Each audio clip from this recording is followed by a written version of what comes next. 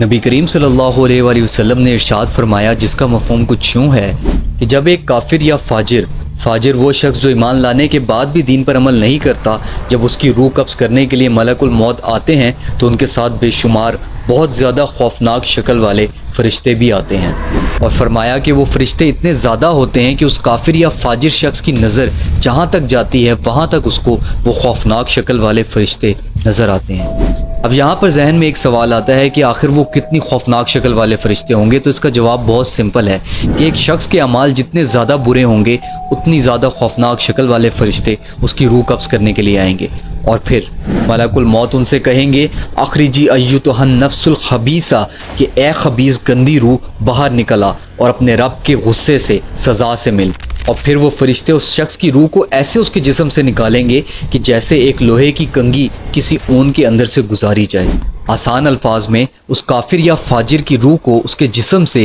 کھینچ کر تکلیف کے ساتھ نکالا جائے گا، اور پھر وہاں پر موجود فرشتہ اس گندی روح کو جہنم سے لایا گیا ایک بدبودار کفن پہنائے گا، اور وہیں سے اس کو عذاب ملنا شروع ہو جائے گا۔ اور پھر وہ فرشتے اس روح کو لے کر جہاں سے گزریں گے وہاں پر موجود فرشتے اس روح کے بارے میں پوچھیں گے کہ آخر یہ خبیث گندی روح کس کی ہے؟ تو وہ فرشتے بتائیں گے کہ یہ فلاں جھوٹے کی، فلاں ظالم کی، فلاں دھوکے باز کی، فلاں زانی کی روح ہے۔ اب یہاں پر ایک سمجھنے والی بات یہ ہے کہ اس وقت وہ فرشتے اس شخص کو ان برے ناموں سے بلائیں گے جن برے ناموں سے اس دنیا والے لوگ کسی برے شخص کو بلاتے ہیں۔ مطلب اگر اس دنیا میں کوئی شخص جھوٹ بولتا ہوگا تو اس کو جھوٹا کہہ کر بلایا جائے گا، کوئی دھوکہ دیتا ہوگا تو اس کو دھوکے باز کہہ کر بلایا جائے گا، کوئی ظلم کرنے والا ہوگا تو اس کو ظالم کہہ کر بلایا جائے گا۔ مطلب جیسے بھی اس انسان نے باقی انسانوں کے ساتھ برا کیا ہوگا اس کو وہاں اسی نام سے، اسی برائی کے نام سے بلایا جائے گا، اور پھر اس شخص کی آنکھوں کے سامنے جنت کے دروازوں کو بند کر دیا جائے گا اور کہا جائے گا کہ اس شخص کا نام سجین میں لکھ دیا جائے۔ اب سجین آخر کیا ہے؟ تو سجین جہنم کا رجسٹر یا بک ہے، یہ وہ جگہ ہے جہاں جہنمی لوگوں کے نام لکھے جاتے ہیں۔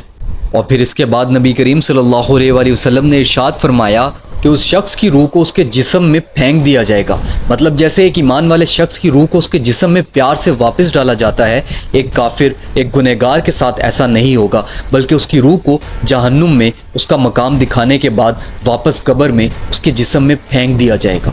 اور پھر اس شخص کی قبر میں منکر اور نکیر آئیں گے اور اس سے باری باری سوال پوچھیں گے، اور وہ شخص ہر سوال کا یہی جواب دے گا، میں نہیں جانتا، میں نہیں جانتا۔ اور پھر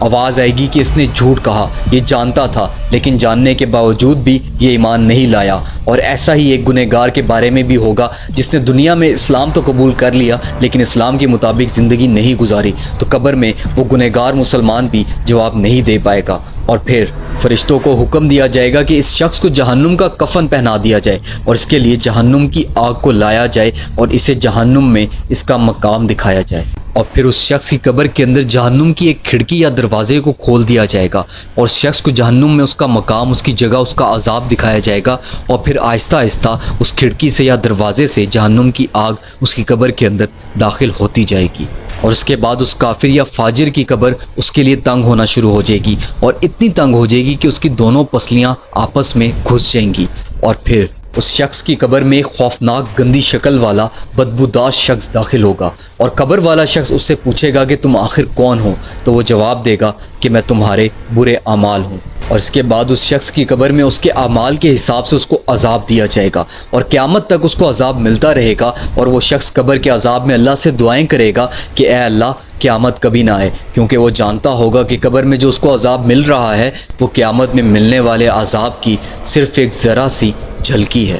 استغفر اللہ۔ اللہ تعالیٰ سے یہی دعا ہے کہ اللہ تعالیٰ مجھے، آپ کو اور تمام مومن مسلمانوں کو ایمان والی زندگی اور ایمان والی موت نصیب فرمائے۔ اپنا اور اپنے ایمان کا بہت سارا خیال رکھیے گا۔ فی امان اللہ۔